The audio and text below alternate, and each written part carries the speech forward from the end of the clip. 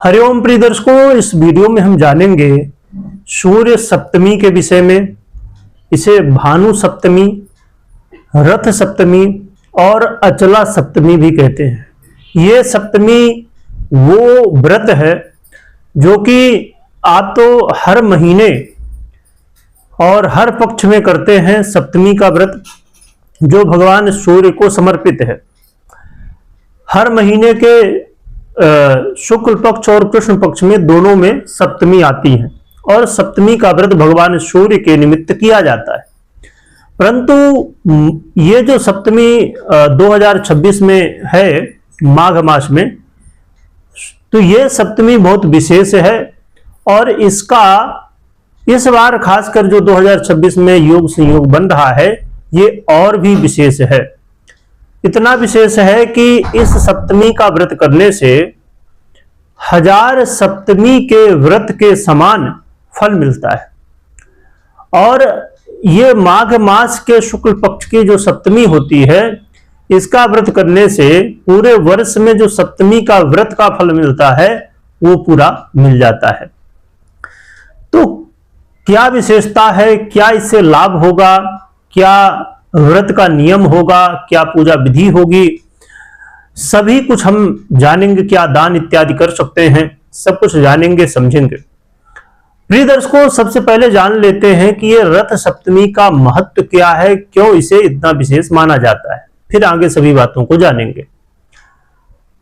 देखा जाए तो वर्ष में माघ मास के शुक्ल पक्ष की जो सप्तमी होती है इसे भानु सप्तमी कहा जाता है और ये भगवान सूर्य का विशेष दिन है, क्योंकि इसे जन्म दिवस के रूप में भगवान सूर्य के मनाया जाता है या जयंती के रूप में इसे मनाया जाता है।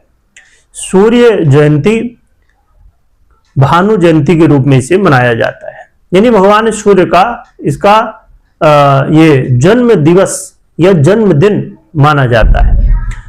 इसीलिए माघ मास के शुक्ल पक्ष की जो सप्तमी है वो बहुत विशेष मानी जाती है और पूरे वर्ष के सप्तमी में जो हम व्रत करते हैं तो उन सभी सप्तमी के व्रत का इस सप्तमी का व्रत करने से फल मिल जाता है। तो ये एक विशेष बात हो गई। परंतु अचला सप्तमी और कहा जाए कि ये जो इस बार 2026 में संयोग बन रहा है कि हजारों सप्तमियों का व्रत करने का महत्व क्यों है, ये भी समझते हैं। देखिए, सप्तमी तो पड़ती है, कभी कोई दिन पड़ता, कभी कोई दिन पड़ता है। और इस बार माघ सप्तमी जैसे हम समझते हैं कि अभी हमने समझा कि बहुत विशेष मानी जाती, उसमें भी सबसे विशेष माना जाता है कि माघ सप्तमी में यदि रविवार पड़ जाए तो उसका महत्व और भी बहुत विशेष हो जाता है। इस बार 2026 में माघ मास के शुक्ल पक्ष की ये जो सप्तमी है इस दिन, क्योंकि 24 जनवरी शनिवार को रात्रि में 12:39 में सप्तमी शुरू होगी और 25 जनवरी को रात्रि में 11:09 तक सप्तमी तिथि रहेगी। उदया तिथि में होने की वजह से और रविवार को 25 जनवरी को पूरा दिन सप्तमी है और रात में भी 11:09 तक है। तो इस वजह से सप्तमी का व्रत रविवार को पड़ेगा 25 जनवरी को। तो इस दिन एक तो भानु सप्तमी है, यानी कि वर्ष की जो सबसे बड़ी सप्तमी मानी जाती है वो है भगवान सूर्य का जन्म दिवस है और उसमें भी भगवान सूर्य का जो दिन माना जाता है रविवार, वो भी पड़ रहा है। तो एक तो माघ मास अपने आप में श्रेष्ठ महीनों में से एक है, भगवान विष्णु को अति प्रिय है और भगवान सूर्य को सूर्य नारायण कहा जाता है, भगवान नारायण की आत्मा कहा जाता है भगवान सूर्य को। इसीलिए ये सप्तमी माघ मास का होना, फिर भानु सप्तमी का होना और फिर उसमें भी शुक्ल पक्ष का होना और उसमें भी रविवार का पड़ना, इसकी वजह से ये सप्तमी का जो व्रत इस बार 2026 में पड़ने जा रहा है, ये हजारों वर्षों बाद देखने को मिलता है। यानी कि बहुत ही कम ये संयोग बनता है कि ये सभी चीजें, माघ मास भी है, शुक्ल पक्ष भी है, सप्तमी भी है और साथ में रविवार भी है, तो इसीलिए इसका महत्व बहुत अधिक है और इससे जीवन में वो सब चीजें प्राप्त हो सकती हैं जो कि अन्य सप्तमियों के व्रत से नहीं मिलता है। इसलिए इस सप्तमी का व्रत जो कहना चाहिए कि यदि संभव हो तो आपके भले कोई कामना हो ना हो, पर यदि आप रखें तो ये आपके हित में ही है। क्या क्या इससे हमें प्रभाव मिलेगा, इस व्रत को यदि हम करते हैं तो क्या हमें जीवन में मिलेगा, ये समझते हैं। यदि आप माघ मास शुक्ल पक्ष की सप्तमी जो 2026 में पड़ने जा रही है, इसका हमने तो समझा कि हजारों सप्तमी का व्रत का फल मिल जाता है, परंतु ये सप्तमी के व्रत से क्या प्रभाव हमारे जीवन में देखने को मिलता है। सप्तमी का व्रत करने से आपके जीवन में मान सम्मान की प्राप्ति होती है। यदि आप चाहते हैं कि आपका मान सम्मान बढ़े तो इस सप्तमी का व्रत रख सकते हैं। सप्तमी का व्रत करने से भगवान सूर्य की कृपा प्राप्त होती है। भगवान सूर्य की कृपा प्राप्त होने के साथ साथ आपकी यदि पर्सनल कुंडली में, आपकी कुंडली में सूर्य दोष है, पितृ दोष है, या सूर्य आपके कुंडली में कमजोर है, पीड़ित है, तो आपको इस सूर्य दोष से, पितृ दोष से मुक्ति मिलती है। इसके अलावा भगवान सूर्य का ये सप्तमी का व्रत करने से आरोग्यता की प्राप्ति होती है, धन धान्य की प्राप्ति होती है, कोर्ट कचहरी के मामलों में विजय होती है, सरकारी नौकरी यदि आप प्राप्त करना चाहते हैं, आपकी कामना है, तो सूर्य सप्तमी का व्रत करने से सरकारी नौकरी प्राप्त करने में सहयोग मिलता है। और सरकार से जुड़े हुए यदि आप कोई काम करते हैं तो इसमें भी आपको लाभ होता है। इसके अलावा आपके जीवन में आप, हर व्यक्ति चाहता कि हम खूब सुंदर दिखें, खूब अच्छे दिखें, हमारे चेहरे में निखार हो, तो भगवान सूर्य की कृपा से चेहरे में ओज आता है, तेज आता है, निखार आता है। यदि आप दीर्घकालिक रोगों से पीड़ित हैं, आपको कोई ऐसा रोग है जो लंबे समय से है, स्वास्थ्य लाभ नहीं हो रहा है, बार बार आप दवाई ले रहे हैं फिर भी कोई लाभ नहीं हो रहा है, आपने अंग्रेजी दवाई, आयुर्वेदिक दवाई, हर तरह से आपने दवाई और उपचार हर तरह से आप कर रहे हैं, फिर भी स्वास्थ्य लाभ नहीं हो रहा है, या आप बार बार बीमार पड़ जा रहे हैं, कभी कोई बीमारी, फिर बाद में फिर कभी कोई बीमारी, यदि स्वास्थ्य लगातार खराब हो रहा है तो आप सूर्य सप्तमी का व्रत कर सकते हैं। इसके अलावा आप अपने जीवन में यदि संतान की प्राप्ति की कामना रखते हैं तो सूर्य सप्तमी का व्रत रख सकते हैं।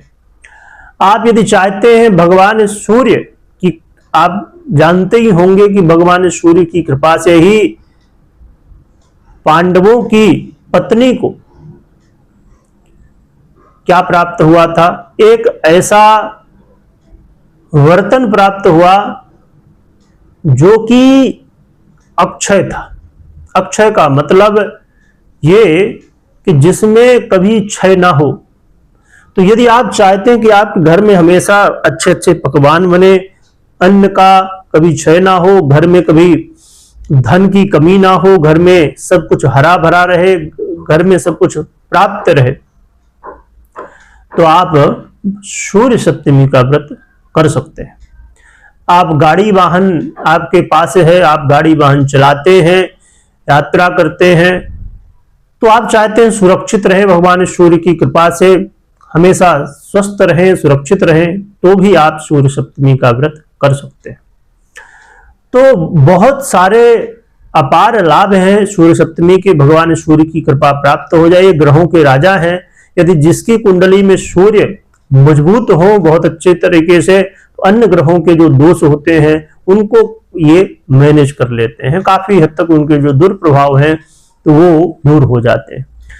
भगवान सूर्य यदि मजबूत हो तो अन्य ग्रहों के दोषों को भी समन करते हैं। इसलिए सूर्य सप्तमी का व्रत बहुत श्रेष्ठ होता है। और उसमें भी हमने समझा कि ये जो सप्तमी का व्रत माघ मास में आने वाला है ये बहुत ही विशेष है।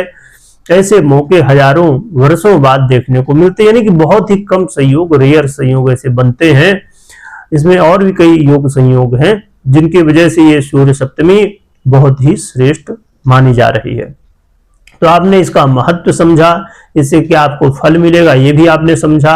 अब हम ये जानते हैं कि ये सूर्य सप्तमी का व्रत आप कैसे कर सकते हैं, या आप हर महीने या हर पक्ष की सप्तमी का व्रत रखना चाहें तो भी कैसे कर सकते हैं ये समझते हैं।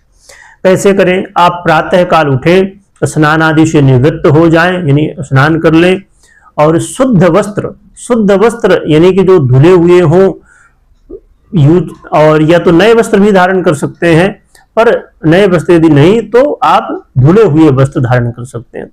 और वस्त्र में यदि लाल वस्त्र हो या तो सोने कलर का हो, पीला कलर का हो, तो इनमें से जो भी आपके पास हो, लाल वस्त्र हो तो बहुत बढ़िया, या तो सोने कलर का हो, जैसे आप देखते हैं भगवान सूर्य का रंग कैसे होता है, तो ऐसे टाइप का भी हो तो भी आप इनमें से कोई भी वस्त्र धारण कर सकते हैं या कर सकती हैं।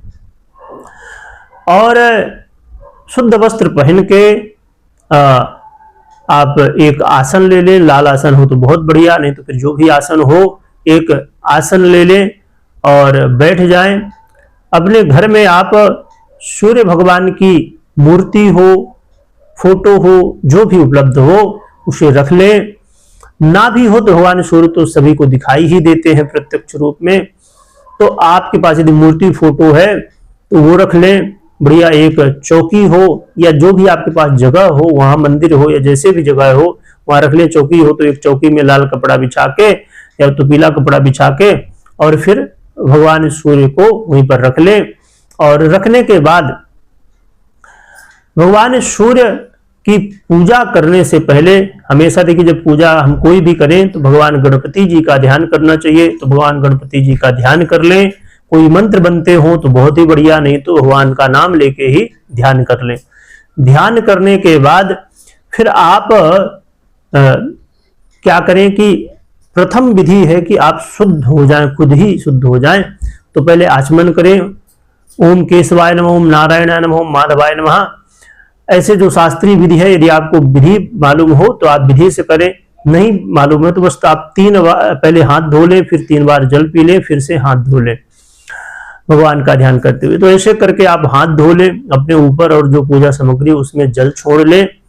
और जल छोड़ने के बाद आप संकल्प करें भगवान सूर्य से, भगवान गणपति से, सभी भगवान से आज्ञा लेके और संकल्प करें। संकल्प में देखिए, आपसे संकल्प यदि बनता है तो बहुत बढ़िया शास्त्रीय विधि से।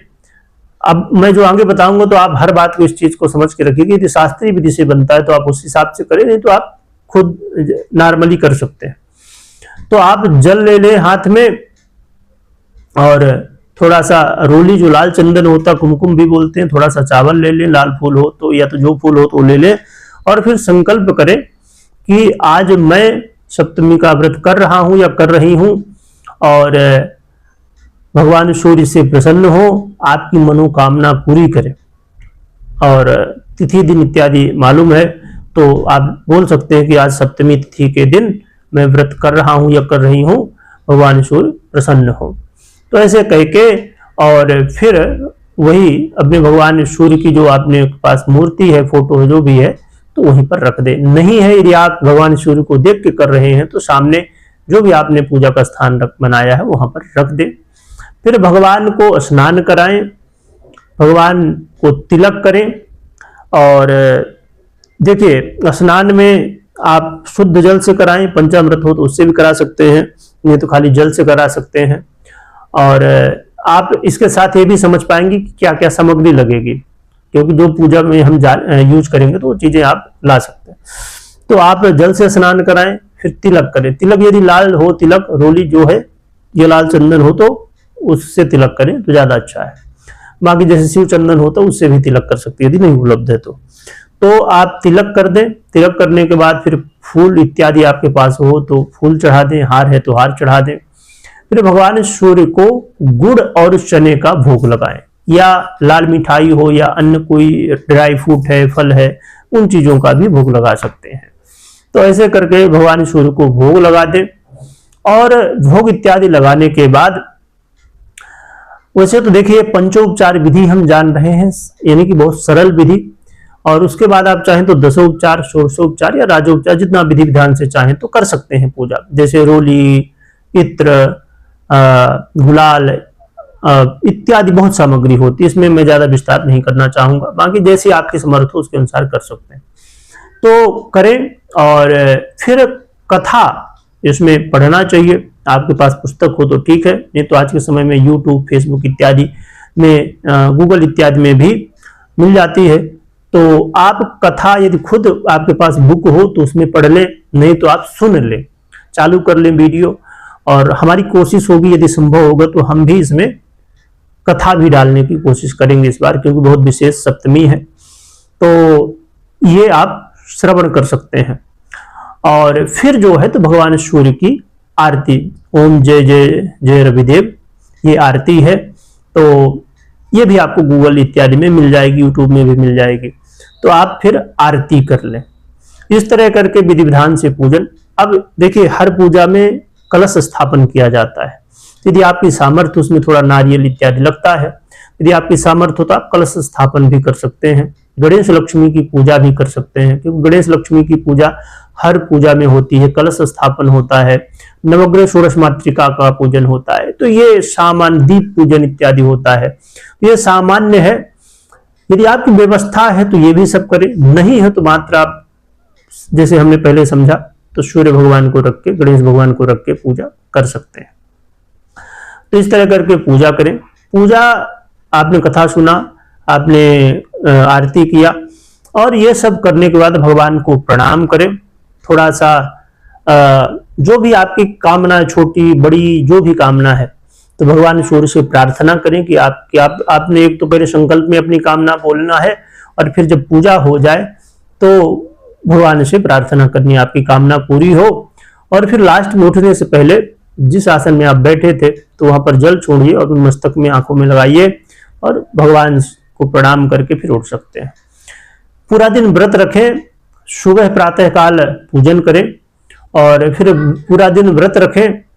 और फिर सूर्य अस्त के बाद फिर जो भी फलहार इत्यादि आप लेना चाहें तो ले लें। इसमें विशेषकर नमक का त्याग किया जाता है, नमक ना खाएं, और अभक्ष चीजें ना खाएं, तामसिक चीजें ना खाएं।